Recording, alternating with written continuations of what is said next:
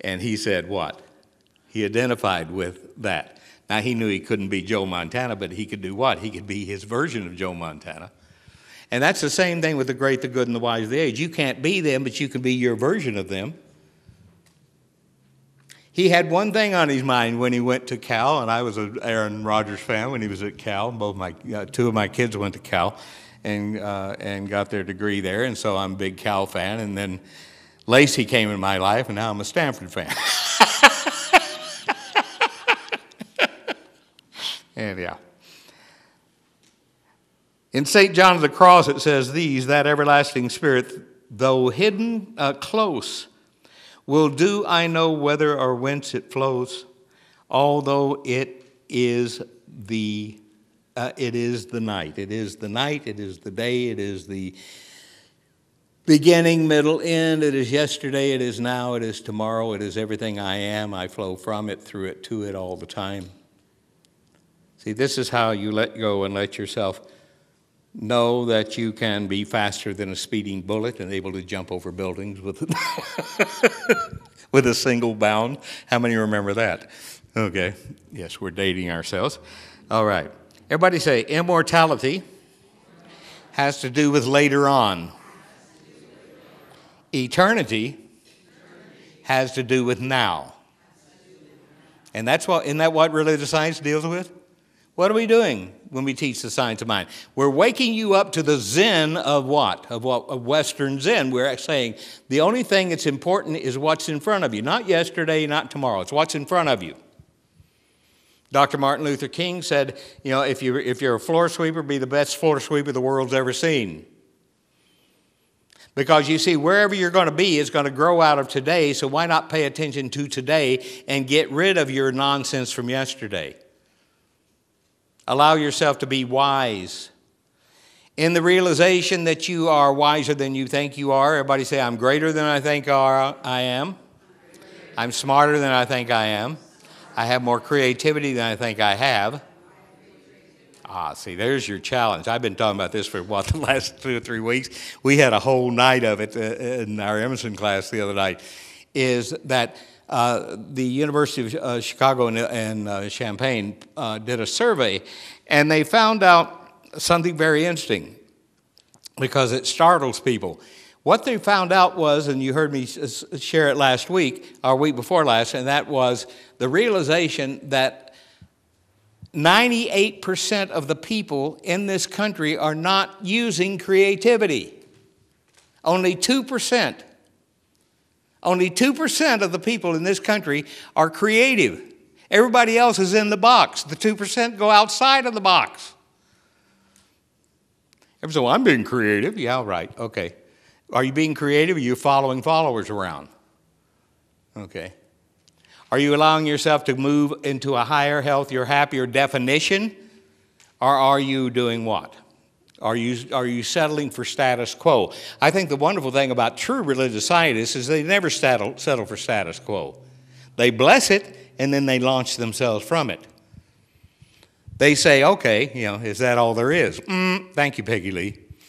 Is that all there is? Okay. I think one of the most interesting things, and I've shared this with you before, one of the most interesting things I found, when I found religious science, I was 23 years old, and one of the things that startled me was the number of people in their 80s, 90s, and even in their hundreds who were still going for it, who were creative and up and active and doing things and looking forward to the next day. This is the day the Lord has made, and I'm glad I do what? Everybody say, rejoice in it. Now, how can you rejoice in it? By doing what? Letting yesterday step on you. How can you rejoice in the now you're in? By regretting yesterday. Our challenge is to move forward. Everybody say, definitions of God have to do with opinions. Awareness of God has to do with reality. Okay. What are we? See? We're not into definition of God business. We aren't into awareness of God business. And there's a difference. Okay. See, we're told both East and West and all great religions that don't try to define God, because whatever the definition is, you're going to make it less than what it is. Okay. what, Yahweh at one time. How many remember Life of Brian? Remember they're going to stone the guy to death because he used the word Yahweh, and the guy said, "We're stoning you because you're using the word Yahweh," and they all threw rocks at him. Okay. Now, you can't define it. How can you define everything there is? Everybody say everything at once, everywhere at once, everything it has been, everything it will be, all happening at once. What I'm in charge of is now and what's in front of me. Now, I'm going to ask you this. Are you giving the best to what's in front of you, no matter what it is? Are you giving the best to the people in front of you, to the place in front of you, to the work in front of you, to the creativity that's within you? Are you giving the best to allowing yourself to see something new and beautiful? The truth about you and me is some part of that divine life which is within us, as us, is what? Waiting to be discovered always, because the more we know, there's more to know. I have been studying this teaching for 48 years. I found it when I was 23. Okay. Found it when I was 23. And what I thought it was then, I know now, was only the starting point. And what I've discovered through the year, I think Reverend Dar and I had a conversation about this a while back, is that how many been to the point where you think you know it all and the universe gives you the opportunity to prove it? Hey, I got this down. All right. Okay. I can handle anything. Hello, I'm anything. Handle me. Okay. Here we go. Now. Everyone say, the truth shall come to pass. Why? Because if you are being truth in action, what are you doing? You're moving through the law into what? Form. Everyone say, my world is thick thought. Now, if it's your world, whose thick thought is it? What if you don't like what you see in your world of thick thought? What should you do? Run from it? If you don't change the thought, I don't care where you go, what's going to go with you? Okay? How many have done that? You try to run from a negative situation.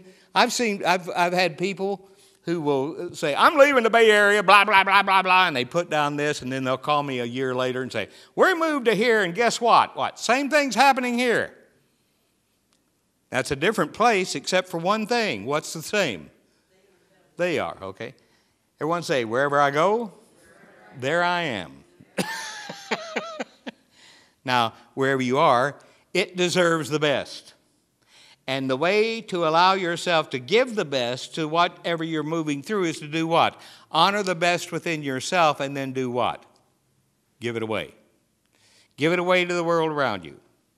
Now, the circumstance of our living, I don't care what it is. It is all come to pass. Everything in your life, I think one of the great metaphysical lessons, since we are part of eternity, and this is our moment in it we're part of and we're responsible for, then what we need to know is that everything comes to pass. Everything comes to leave. Everything. Everything. Okay? So what do we need to do? Celebrate the moment. Celebrate the now. And as we do, we are praising ourselves forward, not condemning our way forward, not unhappying our way forward. We need to do what? Celebrate ourselves forward. Use now as the launching pad. Through long development of a life on earth, through growth in our own life, through experience after experience after experience, here we are. And the time is now.